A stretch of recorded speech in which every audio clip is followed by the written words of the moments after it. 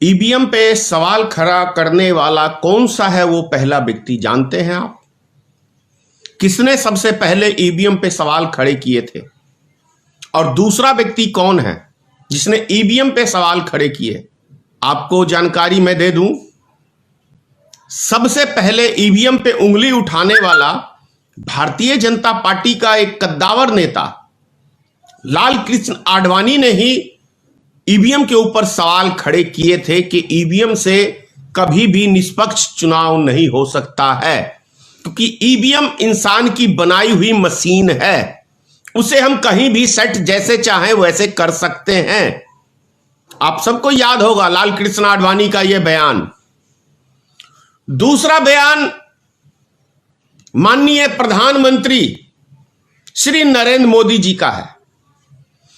दुनिया के पढ़े लिखे मुल्क भी, मेरी बात को याद कर लीजिए, मैंने वीडियो भी पहले लोड किया है, दुनिया के पढ़े लिखे मुल्क भी बैलेट पेपर पे चुनाव कराते हैं। अमेरिका जैसा देश भी बैलेट पेपर के ऊपर चुनाव करवाता है। यह हमें देखने को माननीय प्रधानमंत्री के बयान में झलकता है।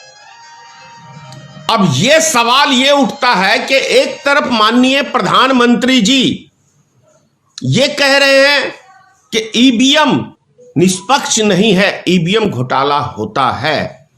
दूसरी तरफ आज जब सत्ता में बैठे हुए हैं माननीय प्रधानमंत्री जी, तो ईवीएम सबसे बेहतर चीज है, ये प्रधानमंत्री और ये भारतीय जनता पार्टी के एक एक नेताओं का बयान है। जानते हैं क्यों? क्योंकि आज ईवीएम के दम पे इनकी सरकारें बन रही है, इसलिए ईवीएम बढ़िया है। दुनिया में किसी मुल्क में ईवीएम पे चुनाव नहीं होता है। सिंगल इकलौता देश एक ऐसा है जो यहां पे चुनाव होता है, और वो ईवीएम जानते हैं कहां बनता है? गुजरात में बनता है, अहमदाबाद में बनता है। अब गुजरात किसका शहर है ये तो आप लोग भली भांति जानते हैं। मास्टरमाइंड अमित शाह, भारत के प्रधानमंत्री नरेंद्र मोदी जी, दोनों ही वहीं के हैं, गुजरात के। तो अब ईवीएम कितना विश्वसनीय है इससे आप लोग अंदाजा लगा सकते हैं। निर्वाचन आयोग की अगर भूमिका को हम लोग देखें तो बहुत ही शर्मसार करने वाला निर्वाचन आयोग का अभी भूमिका है चुनाव के संबंध में, क्योंकि एक तरफ हिंदुस्तान की सारी पार्टियां हैं और एक single party Bharatiya Janata party है।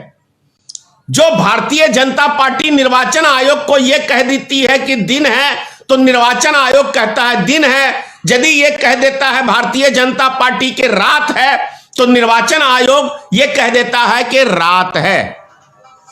यह हमें समझना पड़ेगा कि आखिर हो क्या रहा है। कुछ व्यक्तियों को बीमारी होती है प्रिय बंधुगण, कि जब आप लाइव आए तो वो कॉल करके डिस्टर्ब करने के कुछ व्यक्तियों की बीमारी होती है, आप हमेशा देखते हैं। तो मैं ये कह रहा था कि यदि भारत में लोकतंत्र है, या अभी आपको लगता है कि ऐसा लोकतंत्र है, लोकतंत्र का यदि कहूं तो दोनों हाथों से, एक तरफ निर्वाचन आयोग गला घोटने में लगा हुआ है, दूसरी तरफ भारतीय जनता पार्टी की टीम, नरेंद्र मोदी की टीम लोकतंत्र का गला घोटने में लगी हुई है। तभी तो बिहार विधानसभा चुनाव के अंदर जिस तरीके का ईवीएम घोटाला हुआ है, मैं इससे पहले संदेह के घेरे में था कि ईवीएम वास्तव में ये लोग अब्बा उड़ाते हैं या गलत, मैं खुद संदेह में था। लेकिन 20वीं विधानसभा का चुनाव जिस तरीके से हमने देखा, एक तरफ फैयाज अहमद जिससे एक एक व्यक्ति नफरत करता है, निगलेक्ट कर रहा है, दूसरा व्यक्ति भारतीय जनता पार्टी का हरिभूषण ठाकुर, उसको पसंद नहीं कर रहा है कोई, वो व्यक्ति अचानक से जीत जाता है। और जहां भी हम लोग जाते हैं वहां पे जनता आपको मैं याद बता दूं कि बिस्पी के अंदर 4 ऐसे गांव थे जहां पे हमने मीटिंग किया, मंदिर में, मंदिर के परिषद में, और वहां पे ग्रामीणों ने मंदिर में कसम खा के हमसे कहा कि हम सारा ग्रामीण आपको सपोर्ट करेंगे। मंदिर में, आप समझ सकते हैं, मंदिर में। वहां जाके आदमी झूठ नहीं बोलता, और जानते हैं वहां 0 हमारा मत मिला। मतलब लहर हमारी और जीता कोई और। तो कितना बड़ा घोटाला चल रहा है आप ये समझ लीजिए। ऐसे आपने देखा होगा तेजस्वी यादव को, उनका भी बयान आया है कि किस तरीके से उनके 30 कैंडिडेट को कहीं 12 वोट से, कहीं 8 वोट से, कहीं 20 वोट से, कहीं 100 150 ऐसे करके उनके कैंडिडेटों को हराया गया है। और जो बीपैड, जो ये पढ़े लिखे मास्टर, सरकारी कर्मचारी, ये तो पर्चे पे मत गिराते हैं, तो उसकी गिनती नहीं कराई। तो इसका मतलब है ना कि ईवीएम की सरकार, यदि कह दें हम ईवीएम की सरकार, तो कुछ गलत नहीं होगा। माननीय प्रधानमंत्री जी और माननीय नीतीश कुमार जी, आप भले जितने दिन बिहार की गद्दी पे रहें, लेकिन एक चीज तो है कि माननीय नीतीश कुमार जी, जिस तरीके का अब की बार आपने चुनाव बिहार में, और किस तरीके से आपने अपनी सरकारी मशीनरी का दुरुपयोग किया है, ये हम लोग ने और बिहार की जनता ने एक एक, और पूरे हिंदुस्तान की जनता एक एक चीज को देखी है कि किस तरीके से सरकारी मशीनरी का दुरुपयोग श्री नीतीश कुमार की सरकार ने बिहार में किया है। आपको मैं फिर याद दिला दूं, जितने भी बिहार में जहां वोटिंग पड़े, सरकारी स्कूलों में वोटिंग पड़ता है या मदरसे में पड़ता है, उसके अंदर कहीं भी लाइट की कोई ऐसी व्यवस्था नहीं की गई थी। सेटिंग समझिए, सेटिंग कैसे ये लोग वोट की सेटिंग करते हैं, ये समझने की जरूरत है। अंधेरा रहेगा, कोई जवान बच्चा जिसके नजर बहुत तेज है वो देख सकता है अंधेरे में भी थोड़ा, लेकिन जो 40 के पार जिसकी उम्र हो गई है, वो व्यक्ति कैसे देख सकता है जाके अंधेरे के अंदर। और जहां भी भाजपा ने चुनाव जीता है, नंबर 3 और नंबर 1, ये ईवीएम की एक सेटिंग है। नंबर 3 और नंबर 1, ये जो नंबर जहां भी मिले हैं इनको, लगभग सीट भारतीय जनता पार्टी जीती है। तो ये सेटिंग थी एक बहुत बड़ी, ये समझने की जरूरत है। अब सवाल ये उठता है दूसरा कि श्री नरेंद्र मोदी ने और भारतीय जनता पार्टी की टीम ने जो घोषणा किया, वैसे तो घोषणा की सरकार है और जनता तो खैर इन पे विश्वास कर नहीं रही है, लेकिन ये ईवीएम के दम पे चुनाव जीतने का काम करते हैं, ये समझने की जरूरत है क्या चीज। अब जैसे कि तेजस्वी यादव ने कहा कि हम 10 लाख लोगों को रोजगार देंगे बिहार के अंदर, जो पद खाली पड़े हुए सरकारी विभाग में हम उस पे नियुक्ति करेंगे। वहीं पे पलटवार नीतीश कुमार जी ने किया कि आखिर आप पैसा कहां से लाओगे, पैसा कहां से लाओगे। दूसरी तरफ वहीं पे भारतीय जनता पार्टी ने घोषणा किया कि वो 10 लाख रोजगार देगा, तो हम 19 लाख रोजगार देंगे बिहार वासियों को, बिहार की जनता को। एक और जुमला, लंबा जुमला। तो यही बात यदि श्री नीतीश कुमार जी और भारतीय जनता पार्टी की टीम पे क्या लागू नहीं होता कि आप कहां से पैसा लाओगे और 19 लाख पदों कहां को, किस भी डिपार्टमेंट में आप नौकरी दोगे, कौन सा। जैसे कि पहले लोकसभा चुनाव के बाद आपने, अमित शाह जी ने और माननीय प्रधानमंत्री जी ने कहा था कि देश के नौजवान जो बीटेक किए हुए हैं, बीए किए हुए हैं, पीएचडी किए हुए हैं और भी बहुत सारी डिग्रियां, भाई मैं डिग्री वाला आदमी नहीं हूं, कई बारी बोल चुका हूं, क्योंकि मैं मोदी जी नहीं हूं जो मैं झूठ बोलूं आपसे, मैं सच बोलता हूं। तो जो व्यक्ति डिग्री हासिल करते हैं वो व्यक्ति जाके पकौड़ा तल लें, तो क्या बिहार के मजदूरों को, और थोड़े दिन पहले एक आरएसएस के कार्यकर्ता ने कहा था कि भीख मांगना भी एक अपने आप में एक कला है, वो भी एक रोजगार है। हिंदुस्तान के 20 करोड़ लोग भीख मांगते हैं, 20 करोड़ यानी 100 में 20 लोग भीख मांगते हैं, ये आरएसएस के एक कार्यकर्ता ने कहा था। तो ऐसी अब शब्द, ऐसे ऊट पटांग के बयान भारतीय जनता पार्टी आरएसएस के लोग देते हैं, फिर भी हमारे देश की महान जनता इन पे विश्वास कैसे करती है। वैसे तो बिहार के चुनाव को हम लोग देख लें तो इन पे विश्वास नहीं करती, इनका विश्वास ईवीएम है, ईवीएम के दम पे ये चुनाव जीतने का काम करते हैं। और अब सवाल ये उठता है कि अभी आज सवेरे मैंने बयान देखा है भारतीय जनता पार्टी के राष्ट्रीय प्रवक्ता का,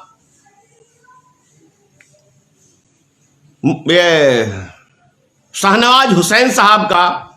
उन्होंने कहा है कि भारतीय जनता पार्टी रघुकुल रीत सदा चली आई, प्राण जाए पर वचन न जाई।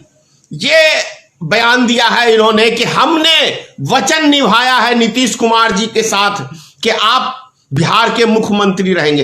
अरे शाहनवाज हुसैन साहब, यदि वचन ही निभाना होता तो नरेंद्र मोदी जी ने 2 करोड़ नौजवानों को रोजगार देने का वादा किया था, यह वचन कहां चला गया? यदि वचन निभाना होता तो जो काले धन की बात कही थी नरेंद्र मोदी ने कि हम विदेश से काला धन लाएंगे, वो वचन कहां गया? यदि वचन ही देना था तो राम मंदिर का एजेंडा भारतीय जनता पार्टी के एजेंडे में था, तो वो सुप्रीम कोर्ट से पास हुआ, या जीत हुई या हार हुई मैं नहीं कहूंगा, तो वो कहां गया? कहां गया? और यदि वचन ही देना था तो नरेंद्र मोदी ने 7 फेरे अपनी घरवाली के साथ लिया था, उसको क्यों छोड़ दिया नरेंद्र मोदी ने? किस जुबान की बात करते हो? भारतीय जनता पार्टी के मुख से ये लफ्ज के रघुकुल रीत सदा चली आई, प्राण जाए पर वचन न जाई, ये लफ्ज बिल्कुल ढोंग है, 100% ढोंग है। और ढोंग के अलावा भारतीय जनता पार्टी का कोई अस्तित्व नहीं है। यदि भारतीय जनता पार्टी ईवीएम घोटाला करके चुनाव नहीं जीते तो मैं कह रहा हूं हिंदुस्तान में 1 सीट, दो चीजें अभी के वर्तमान में, ईवीएम घोटाला, ईवीएम सेटिंग, और दूसरी चीज आप यदि हिंदू मुसलमान नहीं करोगे तो एक भारत के अंदर सीट भारतीय जनता पार्टी को नहीं मिलेगा। ये 100 में 100% सत्य है। यदि भारतीय जनता पार्टी 2 मुद्दे छोड़ दे तो अगर 1 सीट जीत लोगे ना तो कहोगे तो मैं आजीवन के लिए गुलामी लिख दूंगा।